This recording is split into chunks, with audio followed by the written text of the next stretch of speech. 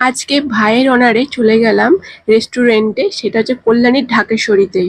আগের দিন তোমাদের দেখিয়েছি কোথায় কোথায় আমরা ঘুরতে গিয়েছিলাম, আর এরপর খাওয়া দাওয়াটা তোমাদের সাথে শেয়ার করছি। স্পেশালি খাওয়া দাওয়া ফার্স্টে আমরা নিয়েছিলাম থাই স্যুপ, যেটা চিকেন আর সবজিতে ভরপুর, আর খেতেও কিন্তু অন্য রকমের ছিল, বেশ সুস্বাদু। এরপর দেখতেও সুন্দর, খেতেও সুন্দর, হারিয়ালি কাবাব নিলাম, খুব ভালো ছিল। এবার আমরা মেন কোর্সে চলে গেলাম। মেন কোর্সে প্রচুর কিছু ছিল, দেখতেই পাচ্ছ।